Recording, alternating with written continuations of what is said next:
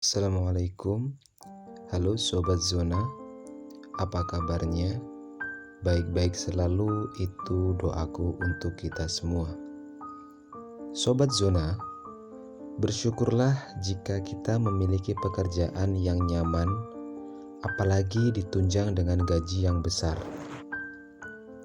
Semua orang pastinya mendambakan pekerjaan semacam itu, tapi pada kenyataannya tidak semua orang mempunyai nasib yang baik, yang seperti apa yang diharapkan semua orang. Ada sebagian orang di antara kita mendapatkan ujian hidup yang mempunyai pekerjaan dan penghasilan kurang memuaskan, seperti dalam kisah berikut. Tapi sebelumnya tak bosan-bosan saya ingatkan bahwa ini hanyalah cerita fiktif yang bersumber dari imajinasi pikiran saya. Mohon maaf jika ada kesamaan baik itu nama ataupun kisah pribadi sobat di sini, sebab itu hanyalah kebetulan saja. Cerita pun dimulai. Banyak orang yang menganggap diriku hina, tapi bagi keluargaku, aku adalah pahlawan keluarga. Aku berjuang demi ibuku dan kedua adikku. Akulah tulang punggung keluargaku. Sejak ayahku meninggal, ibuku sering sakit-sakitan, dan aku harus membiayai adik-adikku yang masih sekolah. Mereka tidak pernah tahu pekerjaanku selama ini, sebab diriku berada jauh dari kampungku. Sedikit lupa kenapa saya bisa terjerumus di dunia seperti ini, mencari uang dengan mengorbankan marwah sebagai seorang wanita. Awalnya memang saya bekerja di suatu restoran, tapi penghasilanku tidak mencukupi kebutuhan keluarga. Atmosfer dan kelamnya pergaulan, akhirnya saya terjebak di lembah hitam. Memang sih, selama saya menjalani profesi ini, saya bisa memberikan uang lebih untuk ibu dan adik-adikku di kampung. Tapi jujur, ini bukan diriku yang sebenarnya. Hatiku selalu menolak, tapi sebab desakan ekonomi saya pun tetap menjalaninya, walaupun belum terlalu lama, yaitu baru sekitar 2 tahun ini.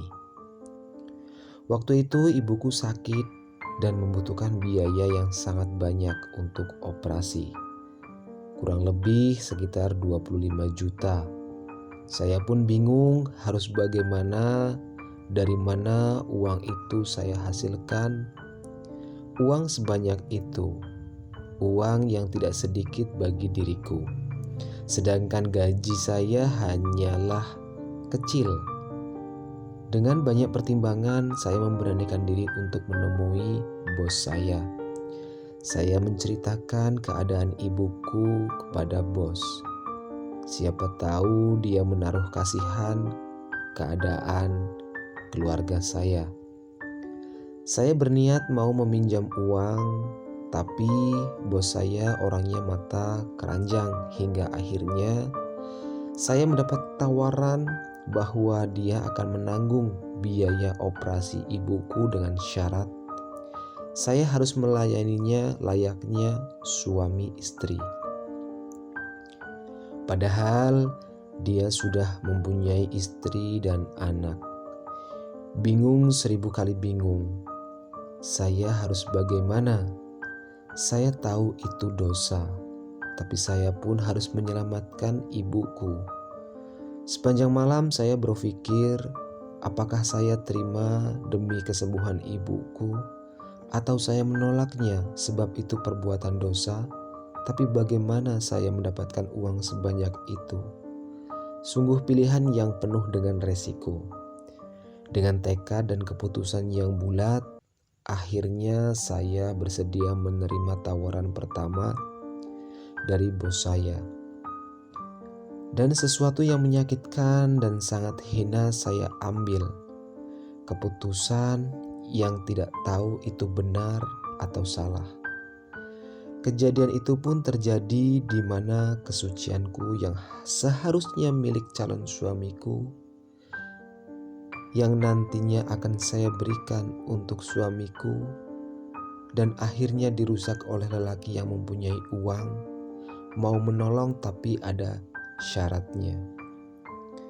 Ketika di rumah saya menangis, menyesalinya, tapi saya lega bisa mengobatkan ibuku dan akhirnya ibuku pun bisa sembuh. Sesuai janji yang memang sudah dikatakan oleh bos saya, dan bos saya pun menepati janjinya.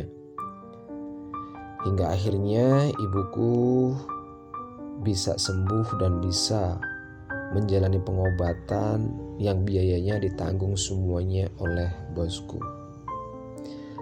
Saya hanya bisa berkata dalam hati, "Ibu, maafkanlah putrimu ini." Semenjak itu sikap bos saya semakin menjadi-jadi, menganggap diriku perempuan simpanannya. Saya pikir hanya sekali itu saja, ternyata tidak. Ketika hujung minggu, dia selalu mengajak diriku melakukan dan mengulanginya. Saya menolaknya, tapi yang dia ucapkan, "Kamu itu masih berhutang padaku. Harusnya kamu berterima kasih." Saya pun tidak bisa berbuat apa-apa selain menuruti keinginannya. Memang sih, dia selalu memberikan uang lebih dan itu di luar gaji saya. Tak ada seorang pun yang tahu tentang semua ini. Skandal bos sama pekerjanya. Sampai saya pernah hamil dan dia pun menyuruh menggugurkan kandunganku. Saya hanya bisa menurutinya.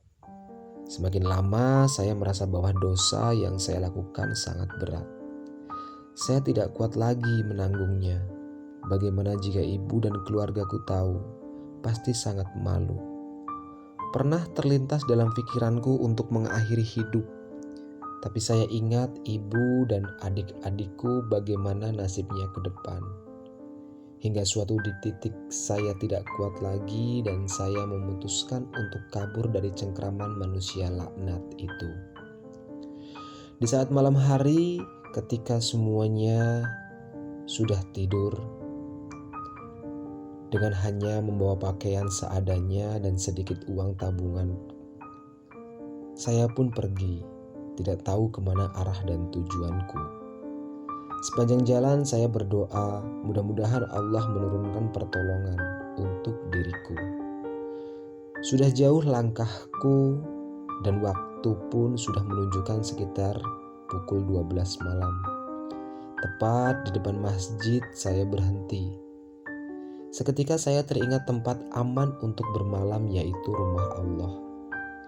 Pelan-pelan saya menuju halaman masjid dan saya pun duduk sebentar. Tak ada orang lagi di dalam masjid sebab hari sudah melarut malam. Sambil menangis, saya duduk sambil berdoa terus-menerus. Ya Allah, kenapa Engkau memberi ujian seberat ini kepadaku? Aku hanya hamba-Mu yang tersesat. Saya hanya hamba-Mu yang lemah.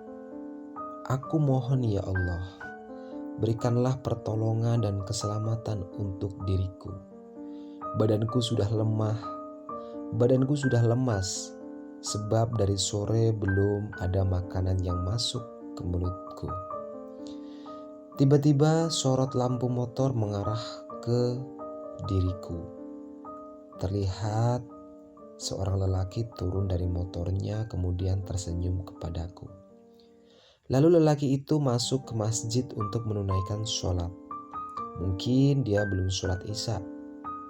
Dan beberapa menit kemudian lelaki itu keluar lalu dia menghampiriku sambil bertanya, "Maaf mbak ini kenapa ya?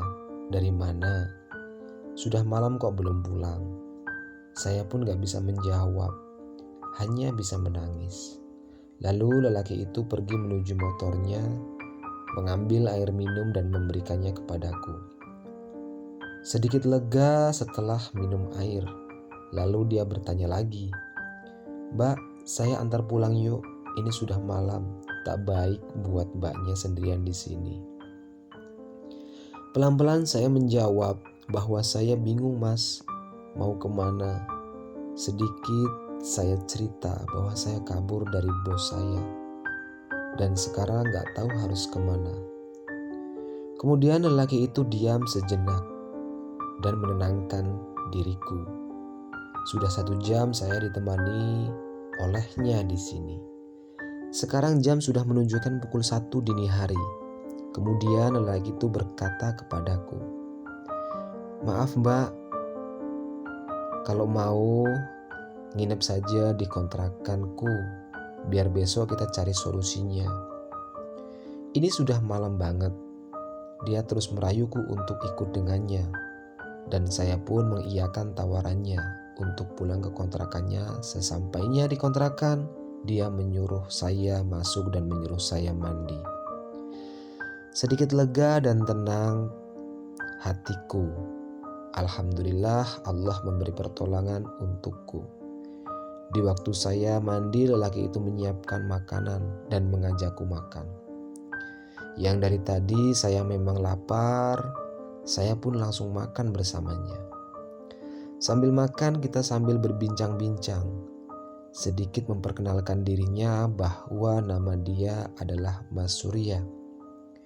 Dia kerja sebagai mekanik di suatu bengkel mobil. Saya pun memperkenalkan diriku juga. Kami pun melanjutkan makan. Setelah makan, dia pun bertanya kepadaku, kenapa aku bisa di masjid sendirian? Saya pun bercerita panjang lebar tentang diriku, termasuk menceritakan perlakuan bos saya kepadaku selama ini. Sampai tak terasa jam sudah menunjukkan pukul 3 pagi. Mas Surya menyuruh saya tidur di kamarnya, dan dia tidur di ruang tamu. Saya masih belum bisa tidur. Pikiran dan hatiku belum tenang. Sampai berkumandang azan subuh, saya masih terjaga. Saya mendengar Mas Surya sudah bangun dan mengambil wudhu, lalu sholat subuh. Dia pun gak membangunkan diriku. Mungkin masih canggung, kan baru kenal. Setelah itu saya keluar kamar dan saya melihat Mas Surya lagi di dapur menyiapkan sarapan. Saya pun bertanya kepadanya, "Mas, kok baik banget sih kepadaku?" Sambil tersenyum dia menjawab, "Sudah kewajiban manusia untuk berbuat baik kepada sesama." Sarapan pun siap.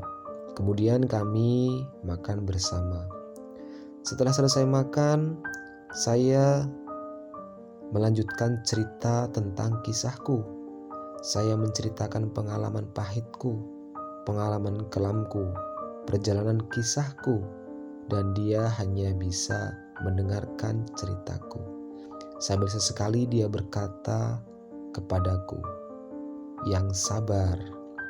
Setelah Mas Surya tahu tentang diriku, dia menyuruhku untuk tinggal di kontrakannya sementara ini. Dan dia juga mau membantu mencarikan pekerjaan untukku. Hari sudah siang, jam menunjukkan sudah pukul 11. Mas Surya pamit kepadaku, katanya mau menemui temannya.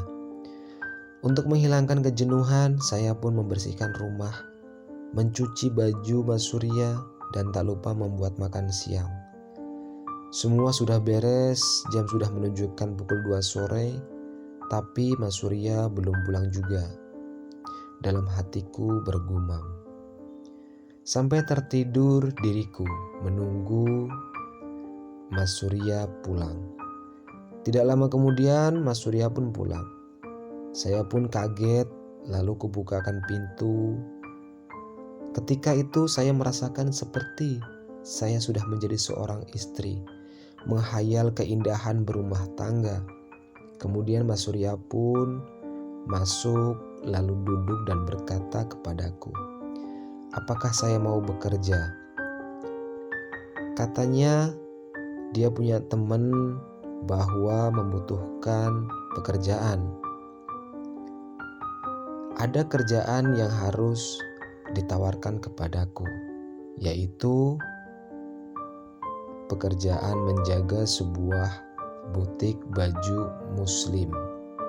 Saya pun menjawab dengan senang hati, "Iya, saya mau Mas." Lalu Mas Surya berkata lagi, "Untuk tempat tinggal nanti akan saya carikan kontrakan," katanya.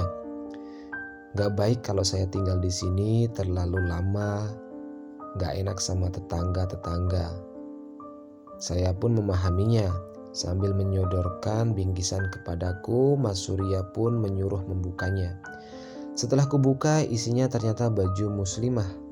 Dia bilang bahwa Allah sangat menyayangiku. Ikutilah perintahnya dan jadilah yang terbaik dari hamba-hambanya. Semua manusia punya masa lalu. Baik dan buruk masa lalu hanya bisa dijadikan pelajaran ke depannya. Sambil berterima kasih, saya menangis sejadi-jadinya. Singkat cerita, saya sudah kerja di butik itu. Sudah 1 bulan saya kerja di sini. Sesekali Mas Surya menengok keadaanku, menanyakan kabarku. Dan hari ini hari Minggu. Saya akan memberikan kejutan kepada Mas Surya. Saya akan ke kontrakan menemui Mas Surya dan semoga saja Mas Surya di rumah. Dan semoga hari ini dia libur. Sesampainya di kontrakan, saya langsung mengetuk pintu dan mengucapkan salam. Jawaban salam datang dari dalam rumah. Itu menandakan bahwa Mas Surya tidak kerja. Pintu pun dibuka. Mas Surya sedikit kaget. Kenapa tiba-tiba ada diriku di depan rumahnya? Mas Surya pun berkata, "Kenapa tidak ngomong kalau mau datang?" Saya pun hanya tersenyum. Saya mengucapkan terima kasih banyak kepada Mas Surya yang sudah baik banget kepadaku. Hari-hari pun semakin indah, semakin berwarna. Benih-benih cinta sudah mulai tumbuh di hatiku. Tak bisa saya bohongi bahwa saya menyukai Mas Surya. Tapi apakah Mas Surya juga mau dengan perempuan hina seperti diriku ini? Terkadang aku menangis jika mengingat masa-masa suram dulu, saat masih menjadi budak nafsu lelaki bejat. Tapi demi keluarga saya harus bertahan dan hanya karena Allah saya berusaha berubah sebaik mungkin. Semakin lama perasaan cintaku semakin besar kepada Mas Surya. Aku tak bisa berbohong. Kami sering ketemuan menghabiskan waktu bersama, bak pasangan kekasih. Suatu hari Mas Surya menelponku. Mas Surya mengajakku ke sebuah toko perhiasan. Sepertinya Mas Surya mau membeli perhiasan. Tapi dalam hati aku bertanya, buat siapa perhiasan itu? Saya pun hanya diam, tak berani bertanya langsung kepadanya. Sebuah cincin emas menjadi pilihan dan dia bertanya kepadaku, apakah ini bagus? Saya hanya mengangguk saja. Masih menjadi pertanyaan diriku, sebetulnya buat siapa cincin itu? Lalu pilihan jatuh ke cincin itu juga. Kemudian langsung dibayarnya. Setelah itu dia mengajakku makan siang. Saya tidak banyak berkata, hanya diam 1000 bahasa. Setelah pesan makan, Mas Surya menyodorkan cincin itu kepadaku. Sontak saya kaget dibuatnya. Dia berkata, jika menurutmu ini bagus, apakah engkau mau memakainya? Saya masih belum mengerti apa maksudnya. Lalu saya bertanya, ada apa sebenarnya Mas? Lalu Mas Surya berkata, saya tidak memandang latar belakangmu, masa lalumu. Saya hanya melihat engkau perempuan baik-baik. Hanya keadaan yang membuat dirimu tersesat. Saya melihat bahwa ketika dirimu ada masalah, kamu mengingat Sang Pencipta. Kamu datangi rumah Allah, itu tandanya engkau perempuan baik-baik. Lalu Mas Surya bertanya kepadaku, apakah engkau mau menerima niat baikku untuk menjadi imammu? Seketika itu tangis dan air mataku pecah, dan saya hanya mengangguk terharu dan bahagia. Beberapa bulan kemudian kami memutuskan untuk pulang kampung bersama, memutuskan untuk membina rumah tangga, dan meneruskan hidup di kampung halamanku, merawat ibuku dan adik-adikku. Dan lengkap sudah kisahku kini. Sekarang saya lagi hamil buah cinta diriku dan Mas Surya. Rasa syukurku selalu saya ucapkan kepada Sang Pencipta yang telah memberikan jawaban atas doa-doaku selama ini, menghadirkan imam yang baik dan terbaik dalam rumah tanggaku. Selesai. Jadi begitulah sobat ya kisahnya. Hikmah yang bisa kita petik bahwa hidup perjalanan manusia itu berlika-liku. Ujian selalu datang silih berganti. Apapun ujiannya kita harus menyelesaikannya. Ambil yang baik, buang yang buruk. Jadilah seseorang yang berguna bagi keluarga walaupun itu menyakitkan. Dan jadilah seseorang yang selalu memandang ke depan, jangan memandang ke belakang. Apapun latar belakangnya, masa lalunya itu hanya sebuah masa lalu. Yang jelas masa depan harus disongsong. Hidup harus diteruskan dan hidup harus dilanjutkan. Tetap kita ingat kepada Sang Pencipta. Jika kita mempunyai suatu masalah, maka ketika kita tidak mampu untuk menerima masalah itu, kita tidak kuat untuk menanggung beban masalah itu, mintalah dan kembalikanlah masalah itu kepada yang menciptakan masalah itu, yaitu Tuhan kita, yaitu Allah. Karena di satu sisi lain Allah memberikan suatu ujian, di satu sisi lain Allah memberikan suatu jawabannya. Di satu sisi lain Allah memberikan sebuah penyakit, di satu sisi lain Allah memberikan suatu obat. Oke, itu saja yang bisa saya sampaikan ya teman-teman untuk cerita kali ini. Semoga menghibur dan semoga menginspirasi teman-teman. Semoga teman-teman bisa mengambil hikmah dan nilai-nilai moralnya. Terima kasih, saya ucapkan Assalamualaikum.